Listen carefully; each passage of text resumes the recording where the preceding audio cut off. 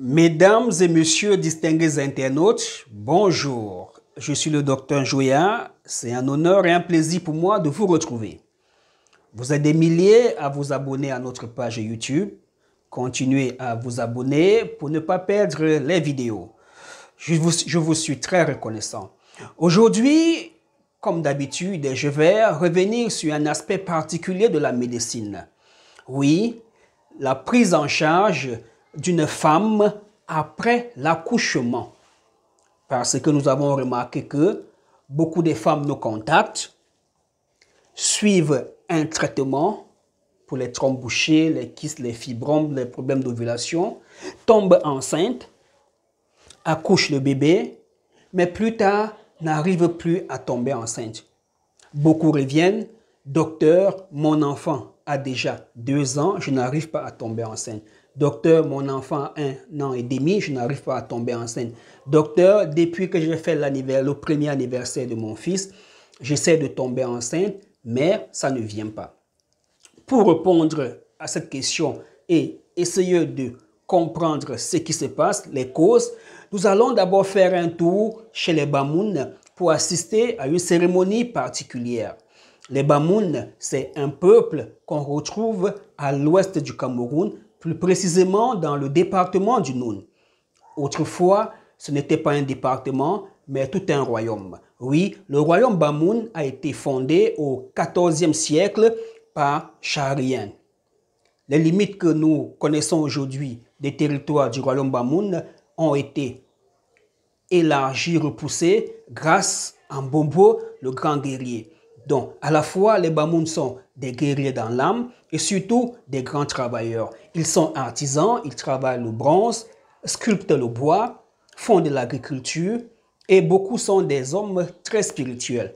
D'ailleurs, les Bamoun sont animistes dès le départ et avec la colonisation et l'islam, ils sont devenus chrétiens pour certains et musulmans pour d'autres. Mais la médecine traditionnelle Bamoun est restée égale à elle-même.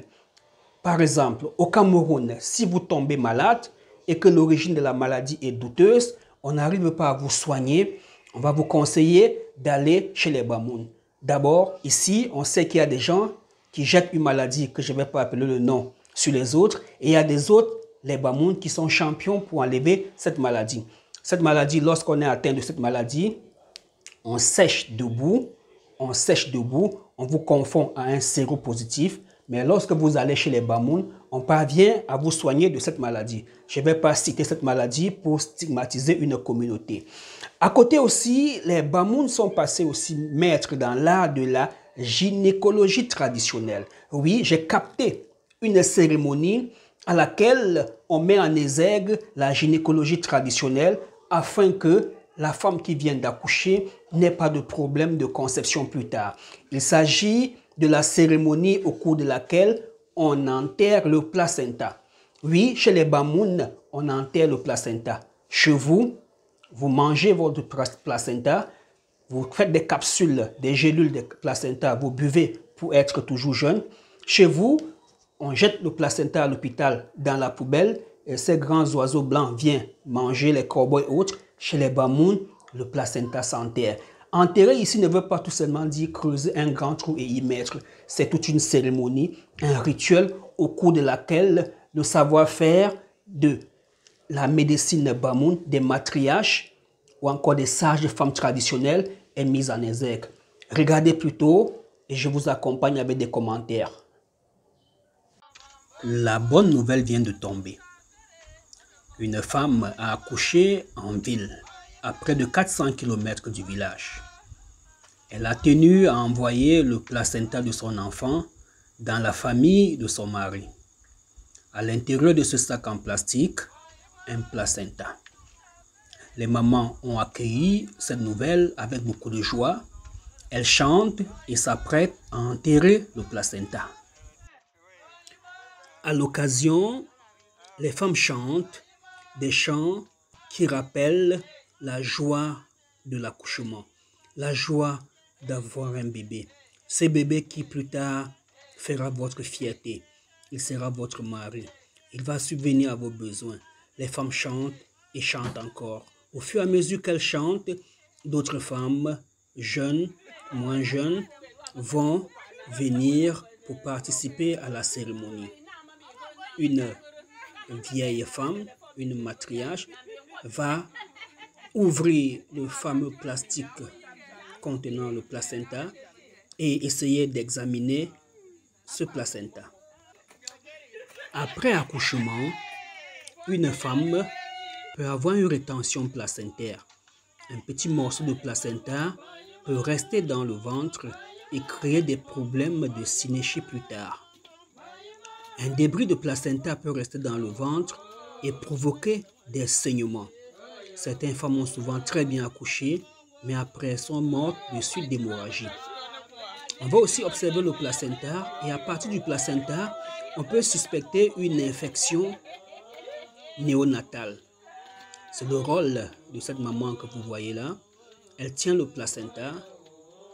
Elle, ancienne infirmière à la retraite, continue à enseigner, à encadrer et à faire valoir le savoir-faire traditionnel. L'heure de vérité a sonné.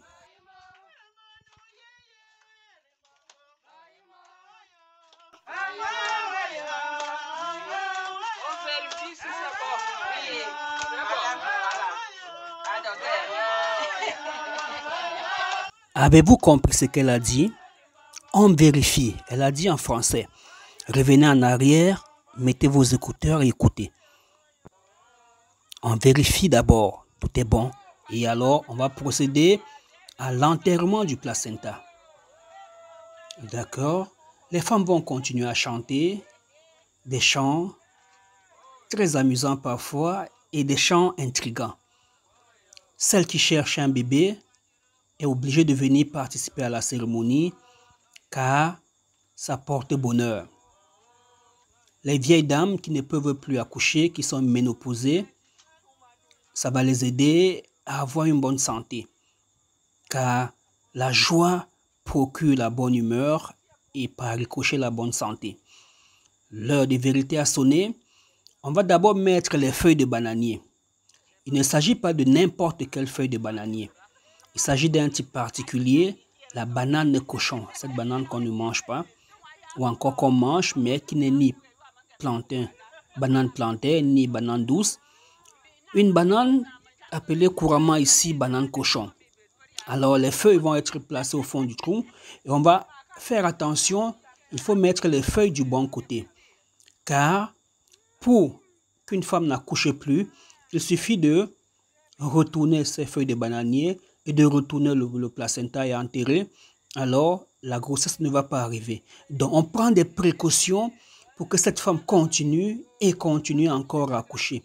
Donc lors de cette cérémonie, tout ce qu'on fait là, c'est pour que cette femme continue à accoucher. Pour elle, il y a un lien étroit entre le placenta, le bébé et la mère. On est en train d'enterrer en ce moment. On continue à chanter.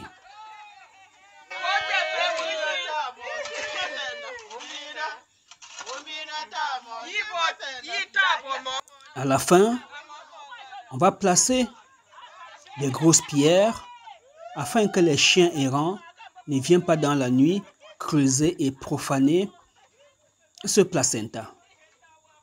C'est la fin de la cérémonie. On passe au lavage de mains. Les femmes lavent les mains, des plus vieilles jusqu'aux plus jeunes. Ceci porte bonheur pour celles qui veulent encore accoucher et pour les mamans, ça porte bonheur, ça donne la santé et la chance. Après cette cérémonie, un message va être envoyé à l'hôpital à cette maman qui est à côté de la jeune femme qui vient d'accoucher. À travers l'examen du placenta, on va lui demander de faire soit attention ou de rester tranquille, tout va bien. Mesdames et messieurs, tout est bien qui finit bien. Vous venez d'assister là à une cérémonie particulière chez les Bamoun. C'était le docteur Joya. Merci et à bientôt.